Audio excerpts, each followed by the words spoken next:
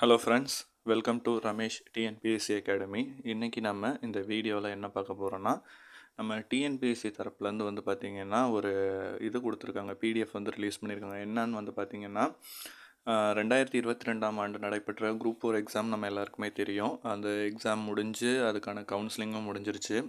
2023 ஃபைனலில் counselling நடந்துச்சு. இப்போ 24 start ஆகிடுச்சு.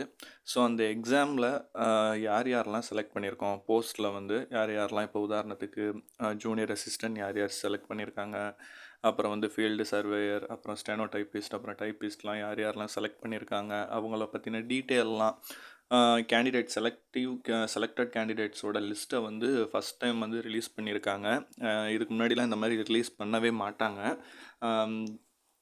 பாஸ் பண்ணவங்களுக்கு மட்டும் இண்டிவிஜுவலாக மெயில் அந்த மாதிரி போகும்.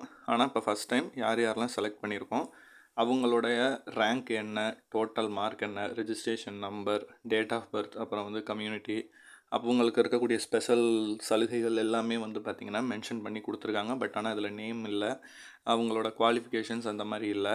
இது வந்து இப்போ ரீசெண்டாக இல்லை, கொஞ்சம் நாளைக்கு முன்னாடி ஒரு கேஸ் ஃபைலாக இருந்துச்சு. இந்த மாதிரி மார்க் டிஃப்ரென்ஸ் இருக்குது, ஓஎம்ஆர் மார்க் டிஃப்ரென்ஸ் இருக்குது. அதுவும் இல்லாமல் இந்த மாதிரி டீட்டெயில்ஸ் வேணும்னு கேஸ் ஃபைல் பண்ணி அதுக்கு பிறகு இப்போ தான் ஃபஸ்ட் டைம் வந்து டிஎன்பிஎஸ்சிலேருந்து வெளியிடுறாங்க. ஒரு 3 பிடிஎஃபாக ரிலீஸ் பண்ணியிருக்காங்க. ஸோ 3மே வந்து நம்ம டெலகிராம் சேனலில் இருக்குது.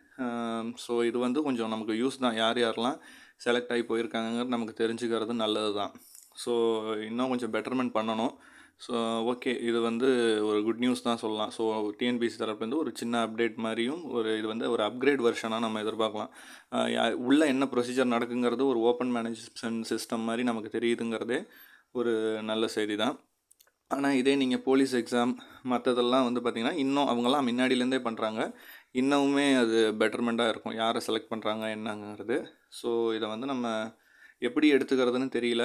பட் ஆனால் அது வந்திருக்கு. ஸோ பிடிஎஃப் உங்களுக்கு வேணும்னா நம்ம டெலகிராம் சேனலில் நான் வந்து அப்லோட் பண்ணிட்டேன். லிங்க்கை டிஸ்கிரிப்ஷனில் கொடுக்குறேன். ஓப்பன் பண்ணி நீங்கள் பார்த்துக்குங்க. உங்கள் ஃப்ரெண்ட்ஸ் யாரும் இருக்காங்கன்னா அவங்களுக்கு ஷேர் பண்ணுங்கள். தொடர்ந்து வேறு ஏதாவது டிஎன்பிஎஸ்சிலேருந்து இந்த மாதிரி அப்டேட் நியூஸ் வந்துச்சுன்னா நான் உடனுக்குடன் தெரியப்படுத்துகிறேன். தொடர்ந்து பாருங்கள், சப்போர்ட் பண்ணுங்கள். நன்றி, வணக்கம்.